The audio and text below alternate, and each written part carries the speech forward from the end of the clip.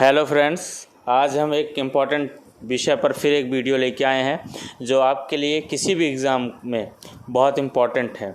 और चाहे आप यूपीएससी की तैयारी कर रहे हों या पीएससी की तैयारी कर रहे हो या व्यापम से संबंधित कोई भी एग्ज़ाम की तैयारी आप कर रहे हों, इस विषय के बारे में आपको जानना बहुत ज़रूरी है, क्योंकि इससे कई क्वेश्चन जो हैं वो एग्ज़ाम में पूछे जाते हैं।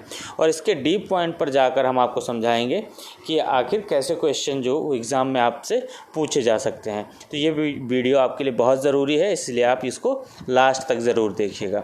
चलिए शुरू करते हैं प्रधानमंत्री और मंत्रिपरिषद के बारे में। ठीक है, ये जो प्रधानमंत्री और मंत्रिपरिषद है, इसके बारे में सबसे पहले अपन देख लेते हैं कि जो हमारे कॉन्स्टिट्यूशन में आर्टिकल 74 में, हमारे इंडियन कॉन्स्टिट्यूशन के आर्टिकल 74 में दिया गया है कि राष्ट्रपति को सलाह देने के लिए एक मंत्रिपरिषद होगा जिसका प्रमुख प्रधानमंत्री होगा। राष्ट्रपति को सलाह देने के लिए एक मंत्रिपरिषद होगा जिसका प्रमुख कौन होगा?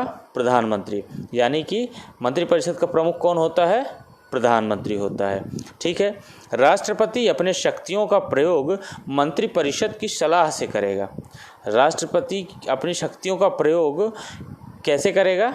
मंत्रिपरिषद की सलाह से करेगा, स्वतंत्र रूप से नहीं करेगा। ठीक है, आगे बढ़ते हैं। मंत्रिपरिषद की सलाह को पुनर्विचार के लिए राष्ट्रपति वापस लौटा सकता है। मान लीजिए किसी विषय पर मंत्रिपरिषद राष्ट्रपति को सलाह देता है तो राष्ट्रपति उसको पुनर्विचार के लिए वापस लौटा सकता है, किंतु पुनर्विचार के पश्चात दी गई सलाह के अनुसार कार्य करने के लिए बाध्य होगा। किंतु पुनर्विचार के पश्चात दी गई सलाह के अनुसार कार्य करने के लिए बाध्य होगा। कौन? राष्ट्रपति। ठीक है, अगर समझिएगा कि मंत्रिपरिषद कोई सलाह देता है राष्ट्रपति को और राष्ट्रपति उसको वापस करते हैं पुनर्विचार के लिए, और पुनर्विचार में फिर जो सलाह दी गई है वो मानना राष्ट्रपति के लिए कंपलसरी है, वो मानने के लिए राष्ट्रपति बाध्य होंगे। ठीक है, अब देख लेते हैं हमारे कॉन्स्टिट्यूशन में 74(2) आर्टिकल क्या कहता है। ये इसमें बताया गया है कि मंत्रिपरिषद ने राष्ट्रपति को क्या सलाह दी है, इसको लेकर न्यायालय में चुनौती नहीं दी जा सकती।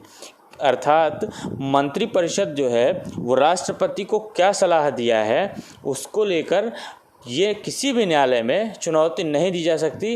ये जानने का अधिकार नहीं है किसी अन्य व्यक्ति को कि मंत्रिपरिषद ने राष्ट्रपति को क्या सलाह दी है। ये एक तरह से प्राइवेसी रहती है, इसमें गोपनीय रहता है, इसकी जानकारी किसी अन्य को नहीं दी जाती है। ठीक है, आगे देखते हैं। इसमें जो हमारे इंडियन कॉन्स्टिट्यूशन के आर्टिकल 75 में बताया गया है कि प्रधानमंत्री की नियुक्ति राष्ट्रपति करेगा तथा मंत्रिपरिषद के सदस्यों की नियुक्ति राष्ट्रपति प्रधानमंत्री की सलाह के आधार पर करेगा। ठीक है, प्रधानमंत्री की नियुक्ति कौन करेगा?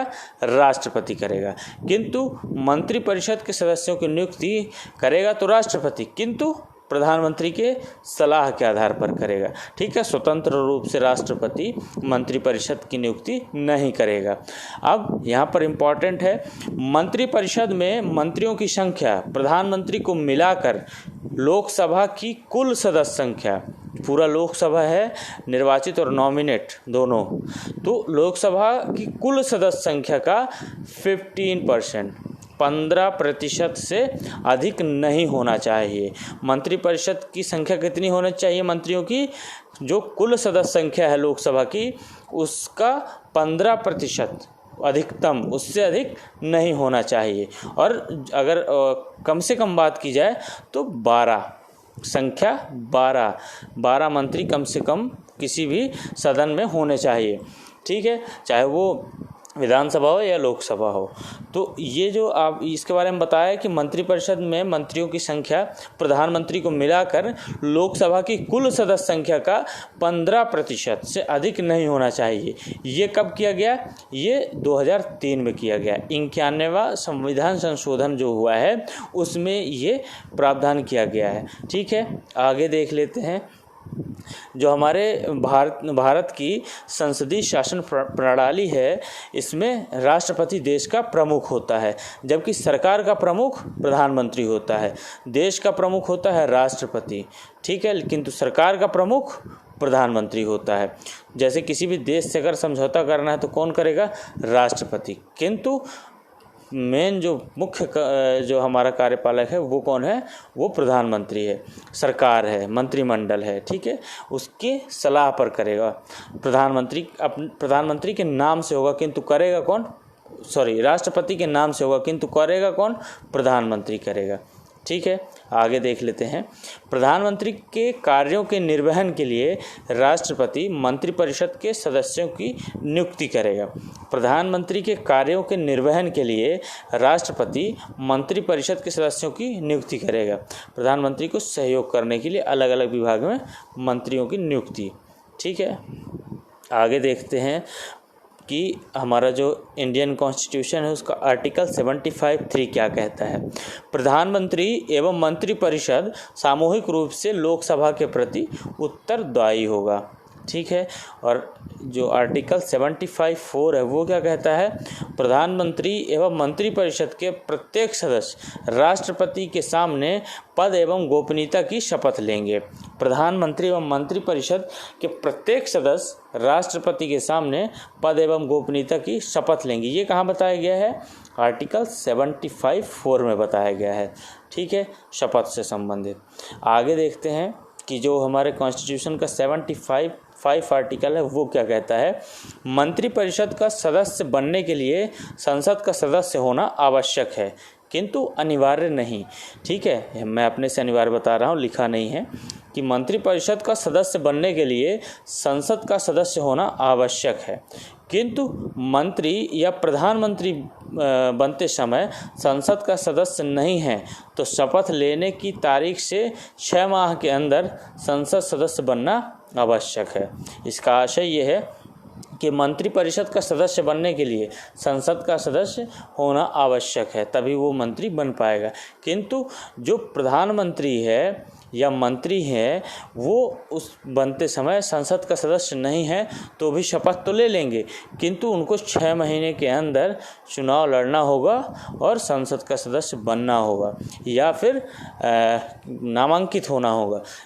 किसी भी तरह से उनको संसद का सदस्य होना बहुत आवश्यक है, ठीक है। आगे देख लेते हैं कि हमारा जो कॉन्स्टिट्यूशन है वो उसमें आगे क्या प्रावधान किया गया है। प्रधानमंत्री भारत सरकार का सर्वाधिक शक्तिशाली पद है किंतु गठबंधन की राजनीति ने इसकी शक्तियों को कम कर दिया है, ठीक है। इसका आशय ये है कि प्रधानमंत्री जो होता है देश का, वो हमारे देश का वो सर्वाधिक शक्तिशाली है किंतु गठबंधन की राजनीति ने इसके शक्तियों को कम कर दिया है। कई दफ़ा गठबंधन होता है तो ऐसा समझ में नहीं आता कि आखिरकार शक्तिशाली कौन है, सदस्य है या मुखिया प्रधानमंत्री है, ठीक है। कई दफ़ा आप लोगों ने देखा होगा, मैं विशेष टिप्पणी किसी पर नहीं कर रहा हूँ। भारतीय संविधान में प्रधानमंत्री के कार्यों का स्पष्ट उल्लेख नहीं है, ठीक है। भारतीय संविधान में प्रधानमंत्री के कार्यों का स्पष्ट उल्लेख नहीं है किंतु प्रधानमंत्री संविधान द्वारा राष्ट्रपति को प्रदत्त सभी अधिकारों का प्रयोग करता है। समझिएगा, किंतु प्रधानमंत्री संविधान द्वारा राष्ट्रपति को प्रदत्त सभी अधिकारों को प्रयोग करता है। इसका मीन्स ये है कि राष्ट्रपति को जो अधिकार प्राप्त है संवैधानिक, उनका प्रयोग कौन करता है? प्रधानमंत्री करता है, ठीक है। आगे देखते हैं कि जो हमारे पंडित जवाहरलाल नेहरू हैं, उन्होंने प्रधानमंत्री को सरकार के केंद्रीय धुरी की संज्ञा दी है। कई बार ऑब्जेक्टिव में पूछा जाता है कि सरकार के केंद्रीय धुरी की संज्ञा किसने दी थी, तो पंडित जवाहरलाल नेहरू ने दी थी।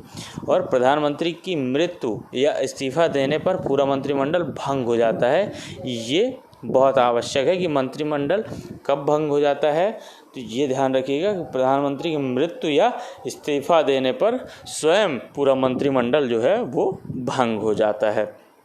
आगे देखते हैं कि जो लोकसभा का जो हमारा प्रधानमंत्री होता है वो लोकसभा का नेता होता है, ठीक है। प्रधानमंत्री राष्ट्रपति को संसद सत्र आहूत तथा सत्रवसान करने संबंधी सलाह दे सकता है। यानी कि जो प्रधानमंत्री होता है वो राष्ट्रपति को संसद सत्र बुलाने का और संसद सत्र जो स्थगित करने का सलाह जो है वो दे सकता है। प्रधानमंत्री नीति आयोग, राष्ट्रीय विकास परिषद, अंतर्राज्यीय परिषद तथा राष्ट्रीय जल संसाधन परिषद का अध्यक्ष होता है। प्रधानमंत्री के अन्य और कौन कौन से पद हैं संबंधित, ये है नीति आयोग, राष्ट्रीय विकास परिषद, अंतर्राज्यीय परिषद तथा राष्ट्रीय जल संसाधन परिषद का अध्यक्ष होता है कौन? प्रधानमंत्री। ठीक है, आगे देखते हैं।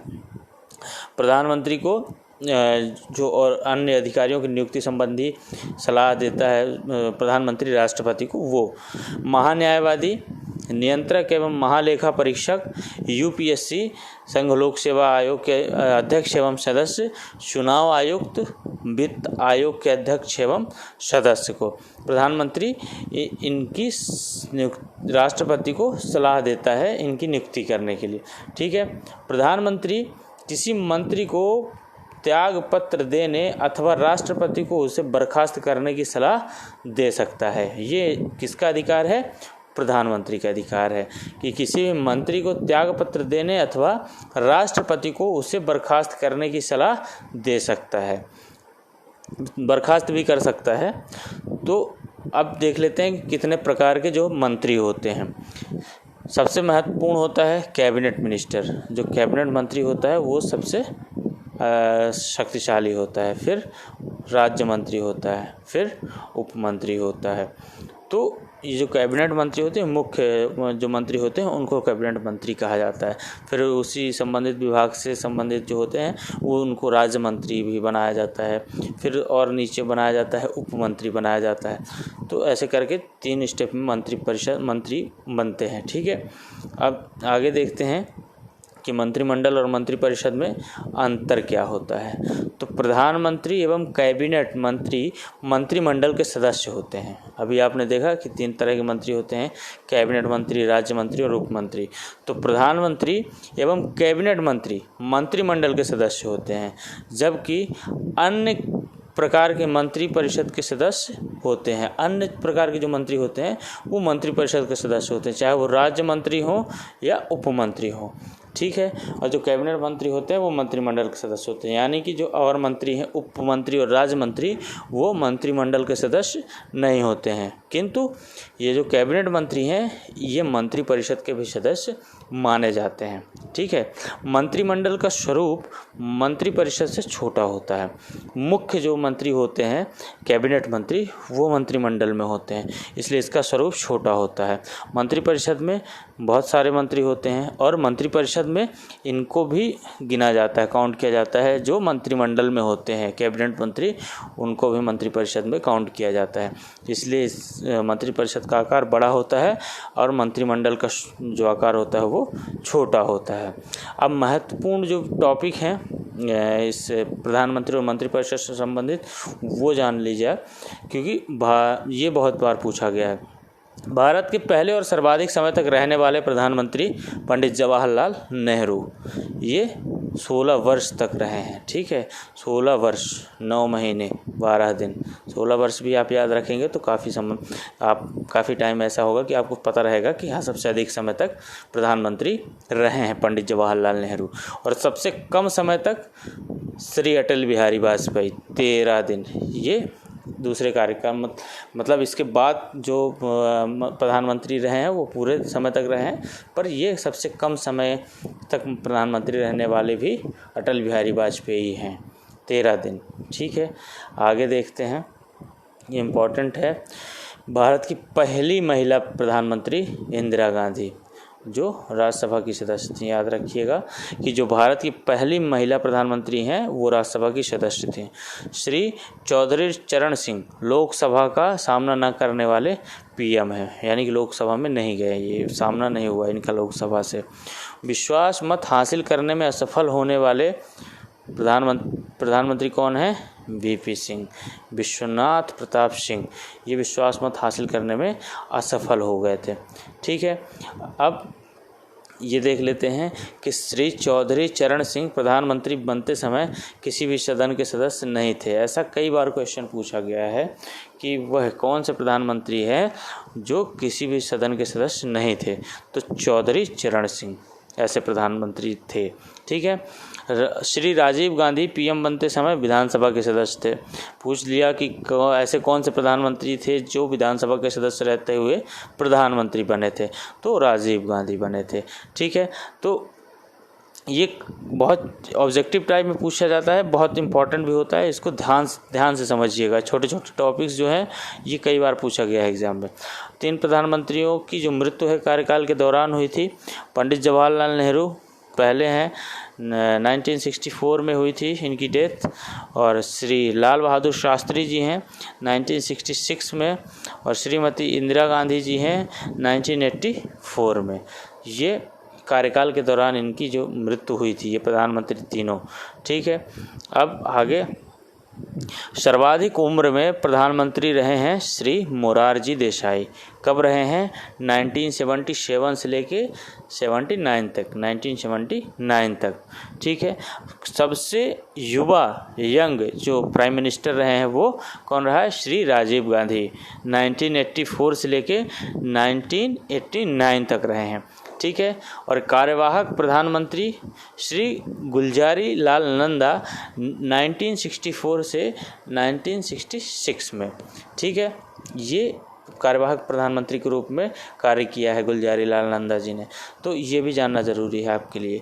तो ये जो इम्पोर्टेंट टॉपिक्स हैं इनको ज़रूर ध्यान से रट लीजिएगा और बार बार रिपीट करके देख लीजिएगा, नोट्स में बना लीजिएगा, और इनको हमेशा ये ऑब्जेक्टिव टाइम में पूछा जाने वाला क्वेश्चन है, तो ज़रूर ये आपको अपने दिमाग में रख लेना है। तो आप कैसा लगा आपको ये वीडियो ज़रूर कमेंट में बताइएगा, और जल्द ही हम और किसी इम्पोर्टेंट टॉपिक पर नया वीडियो लेके आएंगे। वो तब तक आपसे मैं अनुमति लेता हूँ और थैंक यू।